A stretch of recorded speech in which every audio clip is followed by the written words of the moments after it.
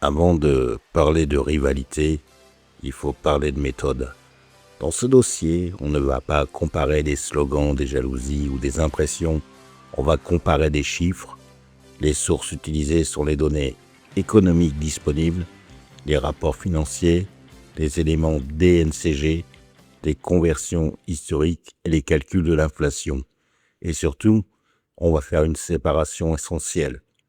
1 € de revenu, ce n'est pas la même chose qu'1 € injecté par un propriétaire. Une perte comptable, ce n'est pas exactement une dépense de transfert. Ce dossier n'est pas un clash, c'est un comparatif financier entre Marseille et Paris de 1989 à 2025. OM, PSG, 2 clubs, 2 histoires, 2 modèles, mais une question revient sans cesse, qui a vraiment vécu avec l'argent? Depuis des années, une partie des supporters marseillais reproche au Paris Saint-Germain son argent. Pour eux, le PSG moderne serait devenu trop puissant grâce à un actionnaire capable de changer totalement l'échelle du club. Mais quand on regarde l'histoire du football français, une question dérangeante apparaît. Est-ce que le problème, c'est vraiment l'argent? Est-ce que le vrai sujet, c'est la manière dont cet argent est utilisé? Dans ce documentaire, on va remonter le temps de l'époque Tapi jusqu'au PSG version QSI. Avant de comparer Marseille et Paris, il faut d'abord résoudre un problème simple. En 1989, on ne parlait pas en euros, on parlait en francs. Le taux officiel de conversion au passage à l'euro est connu. 1 € équivaut à 6,55 957 francs. Et ce taux ne suffit pas. Entre 1989 et 2025, il y a eu l'inflation. La conversation validée donne cet ordre de grandeur. 100 millions de francs de 1989 représentent environ 28,2 millions d'euros en pouvoir d'achat 2025. Et 300 millions de francs de 1989 représentent environ 84,6 millions d'euros en pouvoir d'achat. Ce point est essentiel. On ne juge pas les montants d'hier avec les yeux d'aujourd'hui sans les remettre à la même échelle. À la fin des années 80, l'Olympique de Marseille entre dans une nouvelle dimension. Avec Bernard Tapie, le club ne veut pas simplement participer, il veut dominer. L'objectif est clair, faire de l'OM une puissance majeure du football français et européen. Pour y parvenir, Marseille recrute fort, structure son ambition et avance très vite. L'OM devient une référence en France, pas seulement par la ferveur populaire, mais aussi par les moyens mis dans le projet. Alors, avant de juger Paris, il faut regarder Marseille avec la même exigence. Marseille aussi a connu une époque où l'argent était un accélérateur énorme de domination sportive. Après l'époque Tapi, l'Olympique de Marseille doit se reconstruire. Le club reste immense dans le cœur des supporters, mais son modèle économique devient plus instable. La famille Louis Dreyfus représente alors un soutien financier massif pour l'OM, avec au moins autour de 200 millions d'euros liés au club selon des formulations historiques prudentes. Et l'argent ne règle pas tout.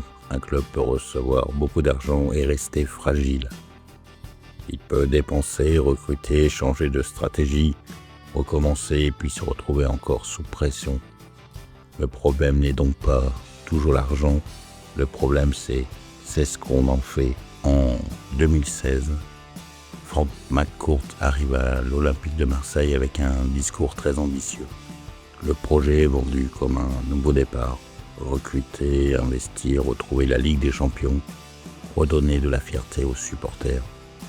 Mais derrière les promesses, les comptes racontent une histoire beaucoup plus dure. Sous McCourt, l'OM a affiché environ 470 millions d'euros de pertes comptables cumulées sur la période 2016 à 2024. Attention, Il ne faut pas dire que McCourt a simplement mis exactement 470 millions dans une enveloppe. La bonne formulation, c'est que ces pertes comptables cumulées traduisent un effort financier massif de l'actionnaire pour maintenir le club à flot. Et là, le débat devient central. Beaucoup d'efforts financiers, mais encore trop peu de stabilité durable. L'argent dérange-t-il seulement quand il réussit? Avant de répondre, pose-toi cette question. Est-ce que l'argent qui choque ou le fait qu'il transforme vraiment un club? Maintenant, donne ton avis en commentaire. OM ou PSG? Argent ou question? Mais argumente, respecte les autres et dis vraiment ce que tu penses. Si tu veux d'autres dossiers chiffrés, sourcés et sans langue de bois, abonne-toi à Ramirez officiel. Mets un like, partage la vidéo et on continue le dossier. Passons au PSG. En 2011, l'arrivée de QSI change totalement l'échelle économique du club parisien. Paris ne cherche plus seulement à exister en Ligue 1, le club veut devenir une marque mondiale de football. Les investissements sont massifs, les ambitions explosent et le PSG entre dans une dimension financière que la France n'avait jamais connue. Oui, Paris dépense énormément, mais contrairement à l'image simpliste du club qui ne ferait que recevoir, le PSG développe aussi des revenus globaux considérables. Le chiffre à retenir est celui-ci, autour de 837 millions d'euros de revenus globaux. Attention, ce n'est pas un chiffre d'affaires social strict, c'est un périmètre global. Le PSG devient alors une machine économique, sponsoring, droit, image internationale, merchandising, activité mondiale.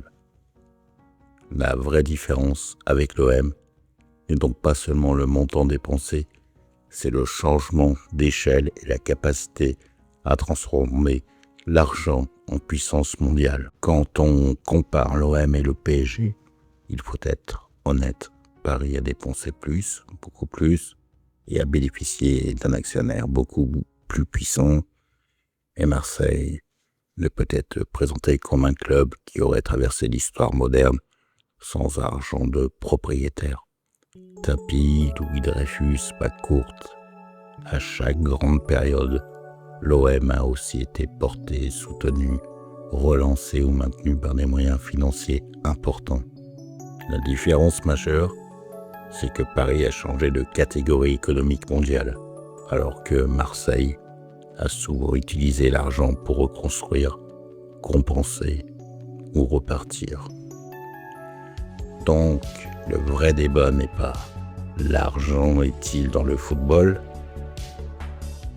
Le vrai débat, c'est quel club a su transformer cet argent en modèle durable. Verdict. L'OM ne peut pas donner des leçons simples au PSG sur l'argent, mais le PSG ne doit pas non plus faire oublier une réalité. L'argent seul ne suffit jamais. Ce qui compte, c'est la gestion, la vision et les résultats. Merci d'avoir regardé ce dossier jusqu'au bout. Abonne-toi à Ramirez officiel, like, partage et dis en commentaire, l'argent du PSG est-il vraiment plus choquant que celui de l'OM? Merci.